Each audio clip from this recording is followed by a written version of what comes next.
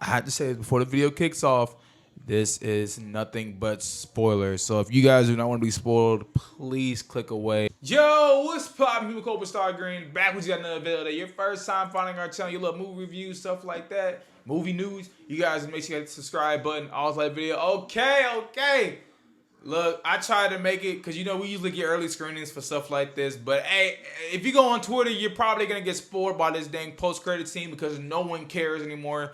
So, this is a video saying, look, if you guys don't want to be spoiled, please click away because we're about to spoil the post-credit scene. And I guess it's a pretty big post-credit scene, you know. So, yeah, I seen Grace and everybody spoiling it. We'll talk about the post-credit scene, and then we'll give you guys our analogy on it and our thoughts on it. So it's saying that. So Venom and Eddie Brock, they teleport into a beach house, an unknown beach house. They look uncomfortable. They look like they're confused. They don't know what's going on. And then in the hotel room, there's the TV blaring, and it is blaring out what is happening with Peter Parker right now, where Mysterio reveals his identity. Venom goes up to the TV and starts licking it aggressively, and he's saying he looks tasty, referring to Peter Parker. And pretty much means that Venom has officially crossed over to the MCU. And what I believe is, personally, I think I'm going to take with the theory that Doctor Strange, the spell being messed with, and that's how all the other Sinister Six members get in No Way Home. This also happened to Venom and maybe other characters too. So maybe Venom is that undercover sixth villain we don't see in the No Way Home. I don't think so. But it's possible, yeah, but maybe. Unlikely. Yeah. So if you guys are hearing that news, now we're going to talk about it. If you guys are hearing that news, some people, you could say that it's not like, okay, this ain't too much of a spoiler because we already known about stuff like this. So if you guys have heard the news, it's been all around Twitter, all on the news outlets, talking about how Tom Hardy has already come out and saying, "You look, we're gonna be fighting Spider-Man eventually." So to hear about this post-credit scene and hear how he got teleported, it makes sense, and I'm not surprised at this. If you want to go ahead while we go back into it. Yeah, so no one should really be surprised. It's not too surprising. It is exciting to see it, or at least hear about it for us, I guess, that it's like, we got the ball rolling. We're doing this very soon. And I see that's why they didn't want to wait, because they were going to delay Venom to like next year or something like that. So I see why that's not happening anymore. Oh, yeah. Because this directly ties into Spider-Man's film. So like even Tom Hardy, even the freaking director had even came out at one point and said, "Yo, director confirms feature crossover with Tom Holland Spider-Man." So this is no type of spoilers, and I know no type of surprise to anybody, I would say. I'm excited though. I ain't gonna lie, 'cause I like Tom Hardy as Venom. It is exciting. This is something I prefer that maybe I didn't get spoiled, but you know, at the same time, I wasn't that big. It's something that like I can predict anyway. Yeah. Like, oh yeah, I could see this happening. Man. I'm stoked to see that though. Yeah. Yeah, I just don't know what's gonna happen when it comes to like Tom Holland versus Venom. Cause you think about it, they built up 2 movies making Venom very likable, and now you kind of have to make Venom not likable, not as much as Tom Holland type of likable. So I can't speak for Carnage, but I can speak for the previous movie. His place in that role is protagonist, but more of an anti-hero protagonist. True. And more aggressive. He would do things that Spider-Man would never do or any other hero would never do, like eats a robber, so to speak. So he's more of an anti-hero. I don't know how they're going to set up their beef between each other.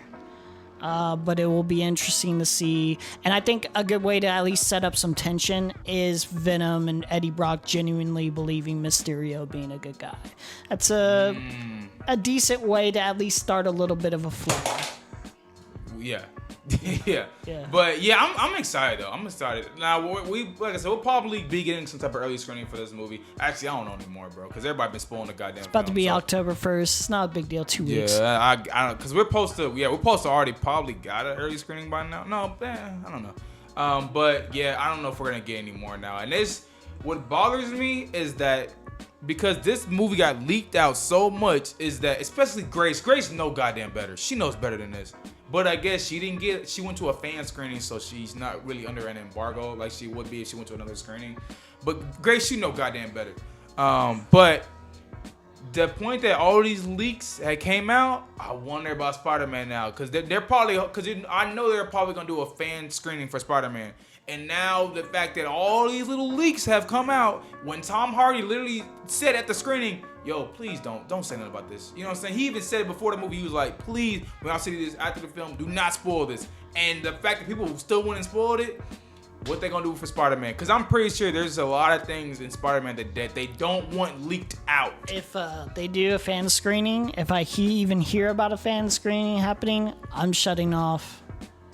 Like, I've already been spoiled enough, I guess, for leaks, and general synopsis or ideas of synopsis that are, I guess, relatively close. There's no way. Like, with Venom 2, it's like, I don't care. It's Venom. Like, I'll have fun. I like Venom. Regardless, if it's movie. spoiled for me, I'll have fun with it either way, I think. Or I'll at least like watch it and be like, here's my opinion. But with No Way Home, I've already been spoiled enough, I think. And I'm okay with what I've been spoiled, because in a way, I've looked at that information myself. You talking about but further from this point, I don't want anything. Yeah, I mean, I was gonna say, it does say in the trailer association with Marvel, so I ain't surprised. Yeah, you can keep going with nothing's too surprising here. So I'm curious how they're gonna connect Morbius, Venom. Is it just implied or whatever after this multiverse thing? If this is the case, that Morbius is now in the MCU, he got teleported to, or what? I don't know. Shoot, that bring people in. They did that though. They did that in credit scene. Yeah. He's in the scene too. I will say, I'm a little confused as to how they're gonna implement this like tension with each other, this villainous tension with each other. Like, we'll see soon. We'll definitely see soon. But it's going to be interesting to see. And I wonder if Carnage is now in the MCU now, too. I don't know. Yeah, I think they'll eventually do a Carnage film down the line. But, hey, y'all first time finding our channel, hit the subscribe button. Also, the video, check out thoughts, complaints, criticism, stuff like that down below. Hey, we'll see you guys in the next